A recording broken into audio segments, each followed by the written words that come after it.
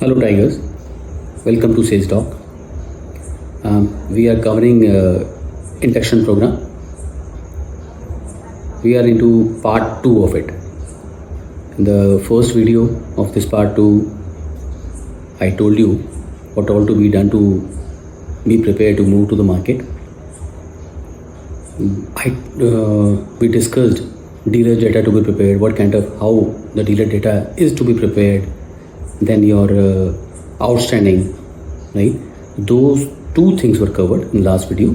So आज हम उससे आगे बात करते हैं, राइट?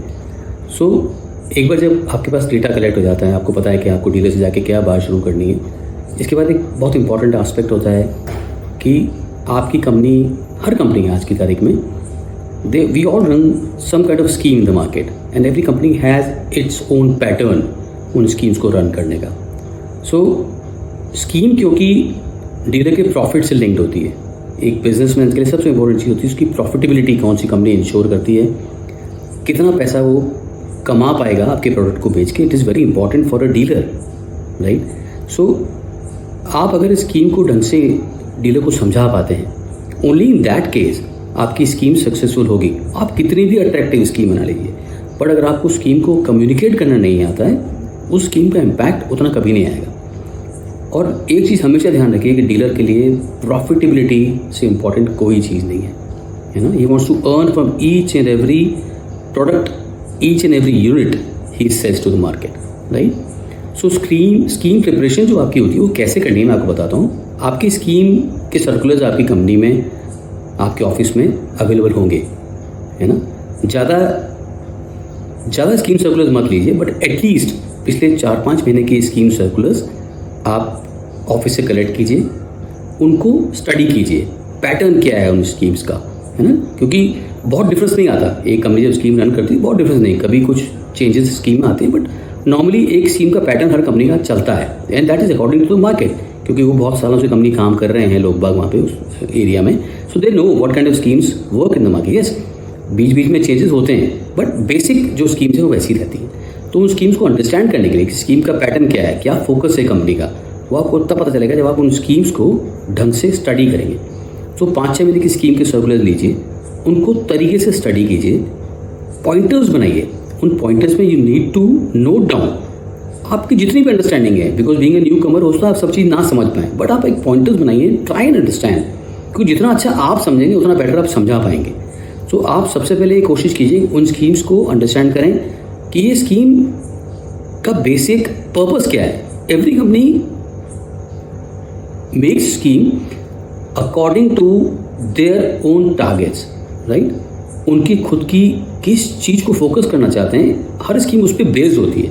सो आपकी स्कीम पार्टिसिपेशन को ड्राइव करने के लिए है, जहाँ पे आप चाहते हैं कि more and more dealers get into your scheme, या आपकी डीलर्स ऐसी हैं जो बड़े होलसेलर्स को ज़्यादा अट्रैक्ट करती है ना. तो वो स्कीम का पैटर्न जब आप उस स्कीम को स्टडी करेंगे आप समझ पाएंगे. तो 5-6 महीने की स्कीम सर्कुलर्स में आप पॉइंट्स नोट डाउन कीजिए कि आप ये समझिए कि ये स्कीम क्यों बनाई गई है. उन पॉइंट्स को बनाने की कोशिश कीजिए अपने आप में. जहाँ भी कन्फ्यूजन हो उस क्वेश्चन को एक पेपर पे नोट कर लीजिए कि मेरे को ये चीज़ समझ में नहीं आई and I need to understand that, right? आप इन स्कीम्स को स्टडी करके वो जो पॉइंट्स आप बनाएंगे जो आपको समझ में आ रहा है और जो आपको समझ में नहीं आया, go to your seniors after making that scheme का पूरा वर्किंग बनाने के बाद आप चाहिए, आप उनसे कहिए सर मैं आपको स्कीम समझाना चाहता हूँ, अगर मैं कुछ गलत बोलता हूँ तो आप मुझे बताइए. मेरी अंडरस्टैंडिंग के हिसाब से इन स्कीम्स के बनाने के पीछे ये रीजंस हैं, ये स्कीम से मैं इन डीलर्स को टारगेट करूँगा, राइट? आप उनसे उस चीज़ को शेयर कीजिए जो आपने अंडरस्टैंड किया. फिर आप उनसे ये भी बोल के रखिए सर मैं आपसे जहाँ पे मुझे नहीं समझ में आया I will ask you question. वो जो क्वेश्चनर आपके पास में बना हुआ है ऑलरेडी आपकी इतनी मेहनत के बाद में, वो आप अपने सीनियर से या अपने सीनियर कलीग से या अपने बॉस से आप पूछिए उसको. उन स्कीम को ढंग से अंडरस्टैंड कीजिए, पूरा का पूरा आपके अंडरस्टैंडिंग और जो आपको समझाया गया है उनको अंडरस्टैंड करने के बाद में आप एक मॉक ड्रिल कीजिए पहले अपने कलीग के साथ में. उसको बोलिए यार just give me some time, मैं आपको ये स्कीम समझाना चाहता हूँ. उसमें आपको फीडबैक चाहिए कि आपने जो स्कीम उसको पिच किया वो स्कीम उसको समझ में आया कि नहीं आया.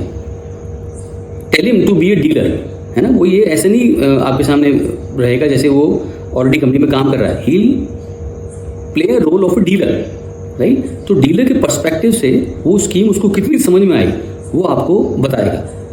उस पर आप जितना प्रैक्टिस करेंगे, क्या चीज़ आप मिस कर रहे हैं उसको बोलिए कि मैं जो मिस करता हूँ उसको मुझे बताइए कि मैंने कहाँ पे क्या मिस किया। उन सब चीज़ों को आप नोट कीजिए। मैं इसलिए बोलता हूँ पेपर पे उसको इनिशियली आपको लिखना पड़ेगा, because practice makes a man perfect. ठीक है, एक बार आपने अपने कलीग से कर लिया, then you go to your superior, your boss, है ना, और उनको बताइए कि सर मैं आपको स्कीम पिच कर रहा हूँ। Ask him to be a dealer, ask him to raise questions, है ना। डीलर क्या, आप जब स्कीम समझाते हैं तो डीलर आपसे क्वेश्चन थ्रो करता है कि मेरे को क्या फ़ायदा, इससे क्या मिलने वाला है, ये आपने क्यों डाला, ये कम है ज़्यादा है। तो आपके बॉस को आप बोलिए कि सर आप डीलर की तरह से बिहेव कीजिए और आप मुझसे क्रॉस क्वेश्चन पूछिए इन स्कीम्स को लेके, है ना। वो जो प्रैक्टिस आप करेंगे उस प्रैक्टिस से आप स्कीम को पिचिंग करने के लिए मार्केट में बिल्कुल तैयार हो जाएंगे। आपको ये समझ में आएगा कि यार ये जो स्कीम है, इस स्कीम को इस तरह से अगर मैं पिच करूँगा तो इसका इफेक्ट ज़्यादा आएगा, राइट। इस स्कीम की प्रिपरेशन बहुत ज़रूरी है, बिकॉज जैसे मैं बोला प्रॉफिटेबिलिटी सबसे इंपॉर्टेंट है किसी डीलर के लिए, है ना। आप उसको अगर स्कीम समझाएंगे तो वो अंडरस्टैंड करेगा कि मेरी लैंडिंग क्या आ रही है, मेरे को कोई प्रोडक्ट कितने का पड़ रहा है, और जब मैं इसको रिटेल करूँगा तो what is that I am going to earn, right. तो इसलिए मैंने इस वीडियो को मैंने थोड़ा लंबा इसलिए बताया, डिटेल में आपको इसलिए बताया, और मैं बार बार इस चीज़ को फोकस कर रहा हूँ कि आप पेंसिल और पेपर लेके साथ बैठिए, नोट कीजिए पॉइंट्स, बिकॉज उसको आप जितनी बार जितनी गलतियाँ आप करेंगे उतनी गलतियों से आप सीखेंगे। जितनी बार आप उसको प्रैक्टिस करेंगे उतना आप परफेक्ट होंगे। ठीक है, तो ये आपने स्कीम का प्रिपरेशन कर लिया।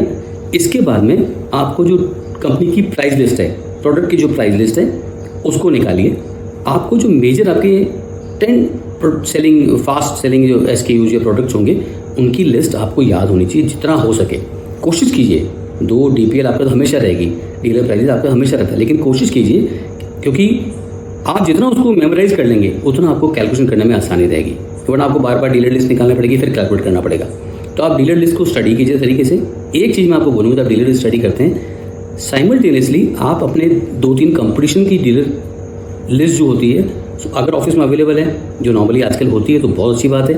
अगर नहीं अवेलेबल है so go and get it from the market. ठीक है, उसको आप एक वो कीजिए, कंपैरिजन चार्ट बनाइए छोटा सा, कि ये पर्टिकुलर प्रोडक्ट जो मेरा सबसे फास्ट सेलिंग SKU है, इसमें मेरी डीलर प्राइसेस क्या है और कंपटीशन की डीलर प्राइसेस क्या है, क्या डिफरेंस है। कभी कभी क्या होता है, कुछ हर डीलर की अपनी मार्केटिंग स्ट्रैटेजी है। कुछ डीलर्स क्या करती हैं, किसी पर्टिकुलर प्रोडक्ट का डीलर प्राइसेस जो होता है उसको ज़्यादा रखती है और ज़्यादा स्कीम्स पे ऑपरेट करती है, राइट। तो आपको इस समझना पड़ेगा। जैसे मैं एग्जांपल देता हूँ, जैसे एक कोई चीज़ का डीलर प्राइस 100 रुपये का है, ठीक है, आपका, ठीक है, आप उस पर स्कीम दे रहे हैं से 5 रुपये, तो वो 95 रुपीज़ का पड़ा डीलर को। इसी तरह से क्या होता है, एक दूसरी कंपनी ने उस पर्टिकुलर चीज़ का जो प्राइस है उसको 104 रुपये का रखा है, लेकिन उसने स्कीम दे रखी है 8 रुपये की, तो 104 में से 8 घटाएंगे तो उसको 96 का पड़ रहा है।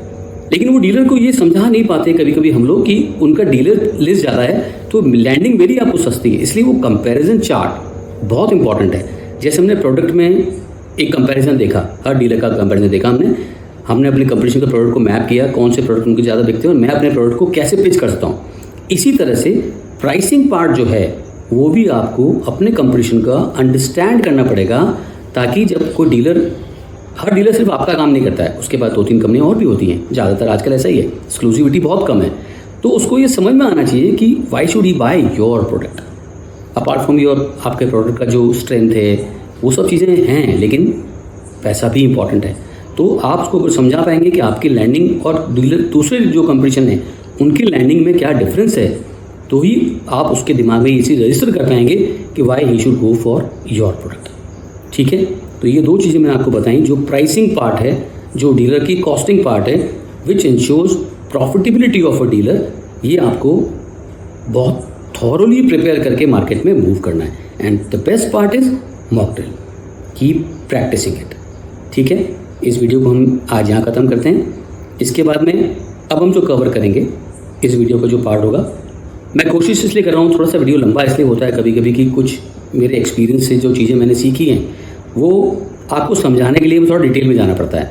I hope you also feel कि ये ज़रूरी है, शॉर्टकट्स नहीं, एक बार समझना है, पर ढंग से समझ के हम आगे बढ़ेंगे। अब इसके बाद में हम जो चीज़ें लेंगे, स्कीम हो गया, हमारा प्रोडक्ट का डीलर का परफॉर्मेंस हो गया, आउट ट्रेडिंग हो गया, इसके बाद में उनका जो प्रॉफिटेबिलिटी इंश्योर करने के लिए स्कीम स्ट्रक्चर हो गया, प्लस जो प्राइसिंग पार्ट है कंपटीशन से मैच करके वो हमारा हो गया। इसके बाद हम चलेंगे कि आपको मार्केट में मूव करने के लिए कितना इंपॉर्टेंट है कि आपके एरिया को जानना, आपको कैसे ट्रैवल करना है, आपके ट्रैवल चार्ट कैसे बनाना है, उन चीज़ों की क्या इंपॉर्टेंस है। और भी कुछ चीज़ें ऐसी हैं जो आपको प्रिपेयर करनी पड़ेगी मार्केट में मूव करने के लिए, वो हम अपने नेक्स्ट वीडियो में कवर करेंगे। Thank you very much for being with me. इस वीडियो को मैं आपको बार बार बोलता हूँ, मैं वीडियो डाल रहा हूँ अपने रेगुलर। इन वीडियोज़ को अगर आपके कमेंट्स आएंगे तो मुझे लगेगा कि आप इसको देख रहे हैं और क्वेरीज रेज करेंगे तो मैं आपको आंसर दे पाऊँगा इन क्वेरीज़ का। सो प्लीज़ इसको आप शेयर भी कीजिए, आप कमेंट ज़रूर कीजिए इस पर, and keep following my videos. Thank you very much.